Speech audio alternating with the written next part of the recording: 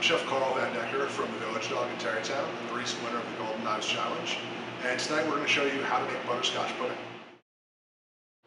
The first step in making butterscotch pudding is making a caramel sauce. We're going to add 3/4 of a cup of sugar to 1/4 cup of water.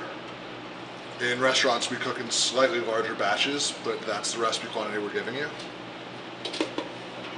Turn it up on high heat and pretty much just let it sit. The sugar will melt into the water, and as the water evaporates out, the sugar will slowly start to caramelize. Then we'll add a little bit of cream to it, off heat, and then whisk that into the base. The next step is going to be making our pudding base. We're going to take some white brown sugar, some cornstarch,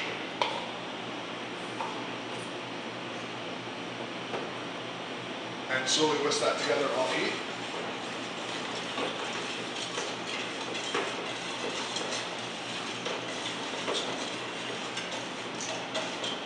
Then a little bit at a time, we're going to add in our milk. Keep whisking. You want to do this off heat to avoid the cornstarch clumping in the milk. And make sure you incorporate as you add it in.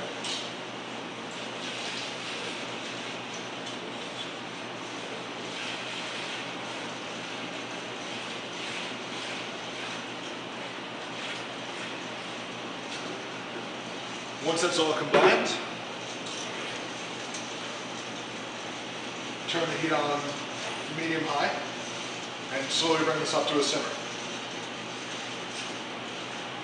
The cornstarch will thicken it and give you the consistency of a pudding, but the cornstarch won't actually come to its full thickness until it comes to a full boil. So you want to slowly let this come up in heat and continue to whisk it. You'll see the caramel will start to get darker around the edges. The middle won't get dark quite as quickly, but if you wait till that gets dark, the caramels are going to actually burn and you won't have a usable product. So as it gets dark around the outside, turn it off, let the heat come down a little bit.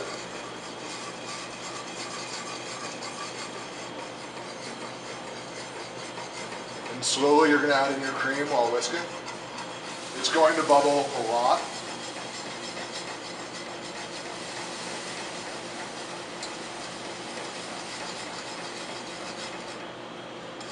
Take your time so that it doesn't overflow the pan.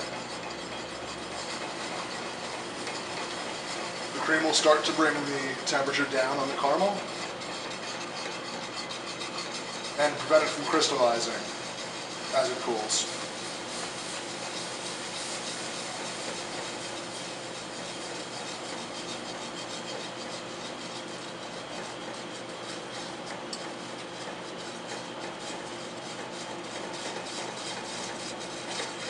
And that's a basic caramel sauce.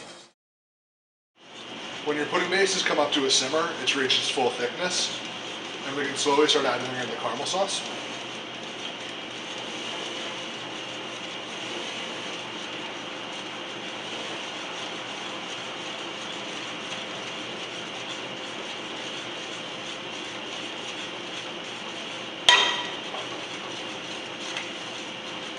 Stir it till it's nicely incorporated, and then we're going to temper it with the egg. Whenever you add eggs to a custard or pudding base, you want to slowly add a little bit of the hot base into the eggs to bring the temperature up without scrambling the eggs. We'll add about 3 cups.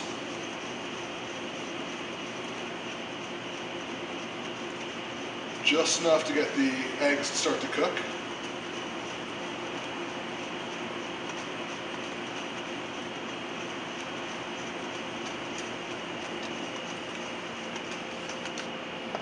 Then we'll add it all back into the pan and return it to the heat.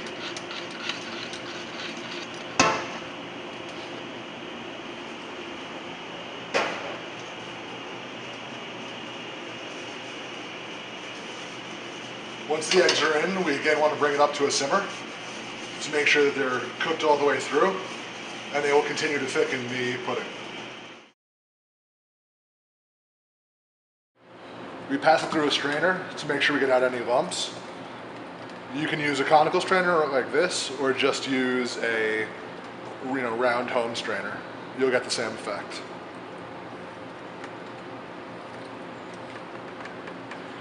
What comes out the other end is nice and creamy and smooth, and will pour easily into your parfait glasses.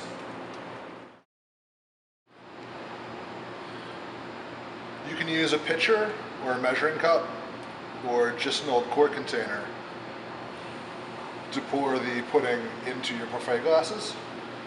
We're then going to wrap each one in plastic and chill it for 3 hours until it sets firm. And it will last up to about a week.